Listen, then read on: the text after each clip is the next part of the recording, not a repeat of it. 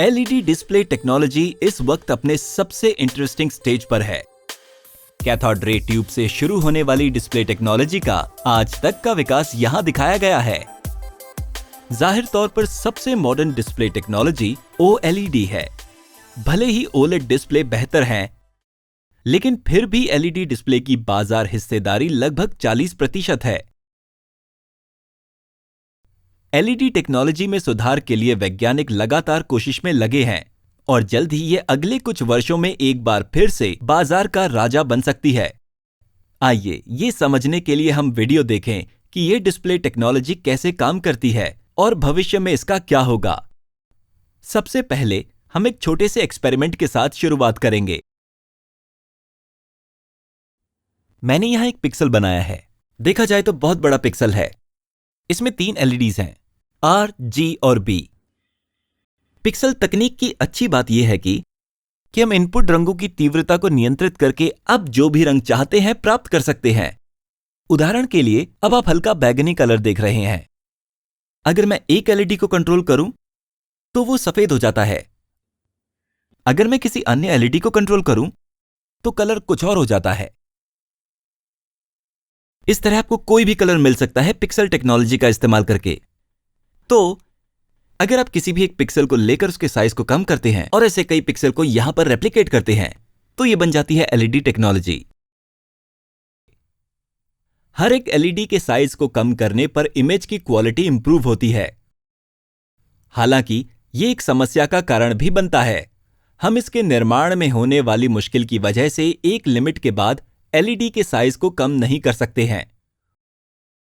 4K quality वाली image प्राप्त करने के लिए एलईडी की आवश्यक साइज कम से कम 1 मिलीमीटर का लगभग 1/3 होनी चाहिए, जिसे प्राप्त करना कठिन होता है।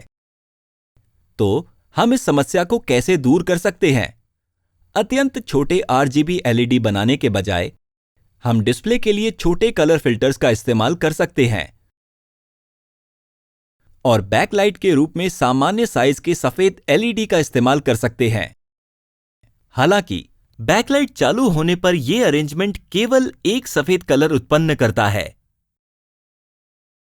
या बैकलाइट बंद होने पर एक काला कलर उत्पन्न करता है। विभिन्न कलर्स का उत्पादन करने के लिए हमें स्वतंत्र रूप से हर एक कलर फिल्टर के लिए लाइट की तीव्रता को नियंत्रित करने में सक्षम होना चाहिए। और ऐसा हम 2 पोलराइजर शीट्स और एक ऐसे मटेरियल के एक स्मार्ट अरेंजमेंट द्वारा प्राप्त कर सकते हैं जो ऑप्टिकल एंगल को बदल सकते हों। इस नई व्यवस्था को और गहराई से समझने के लिए हमें लाइट के बारे में कुछ फंडामेंटल फिजिक्स को जानना होगा। लाइट में इलेक्ट्रिक और मैग्नेटिक दोनों फील्ड्स एक दूसरे के परपेंडिकुलर होती हैं और वे लाइट के डायरेक्शन में परपेंडिकुलर हो जाती हैं। हालांकि इलेक्ट्रिक फील्ड और मैग्नेटिक फील्ड सभी दिशाओं में मौजूद होती हैं। यहां हम आसानी से समझ पाने के लिए केवल इलेक्ट्रिक फील्ड दिखा रहे हैं। इस प्रकार के लाइट को अनपोलराइज्ड लाइट कहते हैं। जब हम इस लाइट को परपेंडिकुलर पोलराइज्ड शीट के माध्यम से पास करते हैं तो पोलराइजर केवल इलेक्ट्रिक फील्ड्स के वर्टिकल कंपोनेंट्स को जाने देता है और अन्य सभी को ब्लॉक करता है। अब आइए लाइट की तीव्रता को नियंत्रित करने वाले मैकेनिज्म पर ध्यान दें। जब एक बैकलाइट वर्टिकल पोलराइजर पर गिरती है तो यह लाइट के केवल वर्टिकल कंपोनेंट्स को गुजरने देता है और अन्य सभी कंपोनेंट्स को ब्लॉक कर देता है। एंगल रोटेशन शीट की भूमिका अब काम में आती है। ये एक सब पिक्सल के साइज की होती है। जब हम इस शीट को रोटेट होने का संकेत देते हैं तो यह परपेंडिकुलर पोलराइज्ड लाइट को हमारे इच्छित एंगल पर घुमाएगी। अगर रोटेशन का यह एंगल 90 डिग्री है तो अगली polarizer layer horizontal polarizer light को पूरी तरह से गुजरने देगा।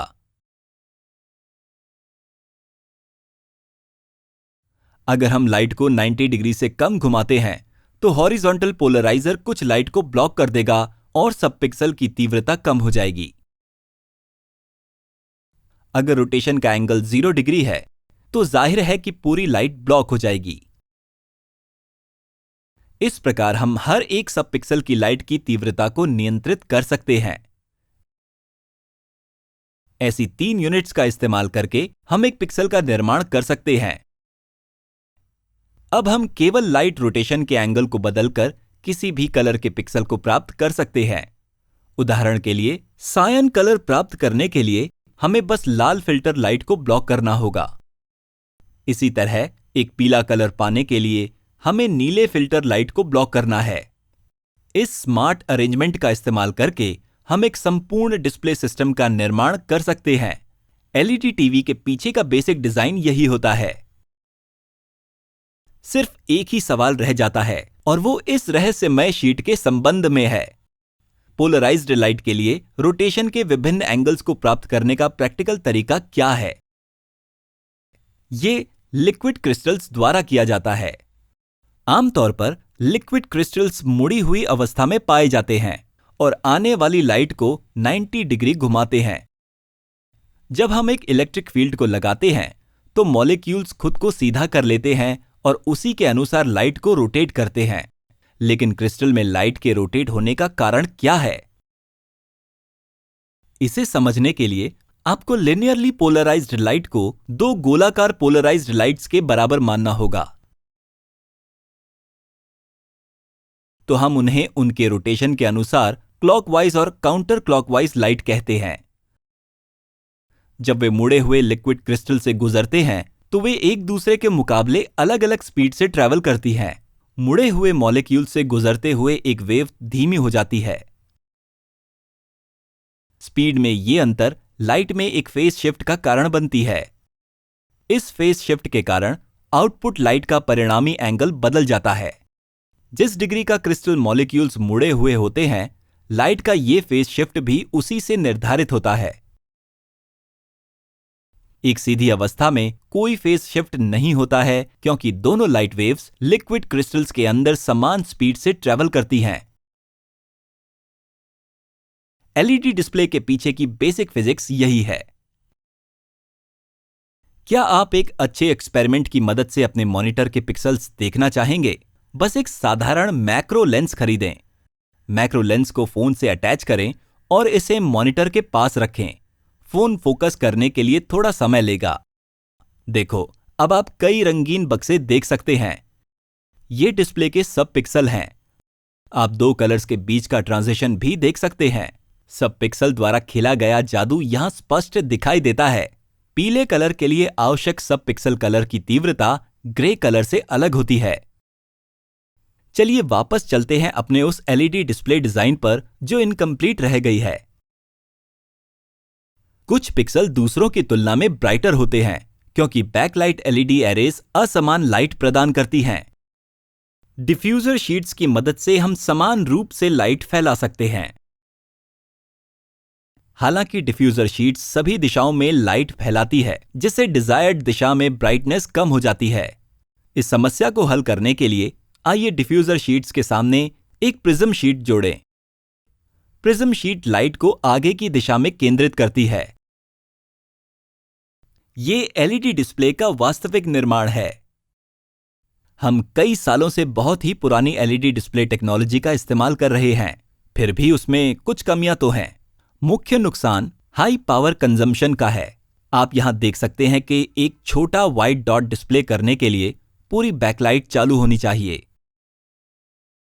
दूसरा नुकसान यह है कि कलर रिप्रोडक्शन उतना एक्यूरेट नहीं होता है।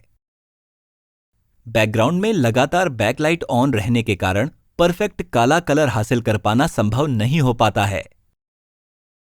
जैसा कि हमने शुरुआत में देखा है, छोटे एलईडी का निर्माण मुश्किल है, लेकिन असंभव नहीं है। वैज्ञानिक न्यू मैन्युफैक्चरिंग मेथड को विकसित करके उन समस्याओं को दूर करने की कोशिश कर रहे हैं। जब एलईडी डिस्प्ले को मिनट एलईडीज के साथ निर्मित किया जाता है तो इसे माइक्रो एलईडी कहा जाता है। Micro LED display technology OLED technology से बेहतर होगी। ओलेड में कार्बनिक लेयर समय के साथ खराब हो जाती है, जिससे पिक्सल बर्न इन की समस्याएं होती हैं। माइक्रो एलईडी डिस्प्ले स्पष्ट रूप से अधिक टिकाऊ है। मैन्युफैक्चरर बेहतर मैन्युफैक्चरिंग क्षमताओं के लिए मॉड्यूलर डिजाइन दृष्टिकोण का इस्तेमाल कर रहे हैं। क्योंकि माइक्रो एलईडी प्रकृति में इनऑर्गेनिक होती है, इसलिए उनमें ऑर्गेनिक टेक्नोलॉजी की तुलना में बेहतर चमक होती है। वर्तमान में सैमसंग माइक्रो एलईडी डिस्प्ले का लीडिंग निर्माता है। जाने से पहले कृपया लेसिक्स टीम का सदस्य बनना न भूलें। आपका धन्यवाद।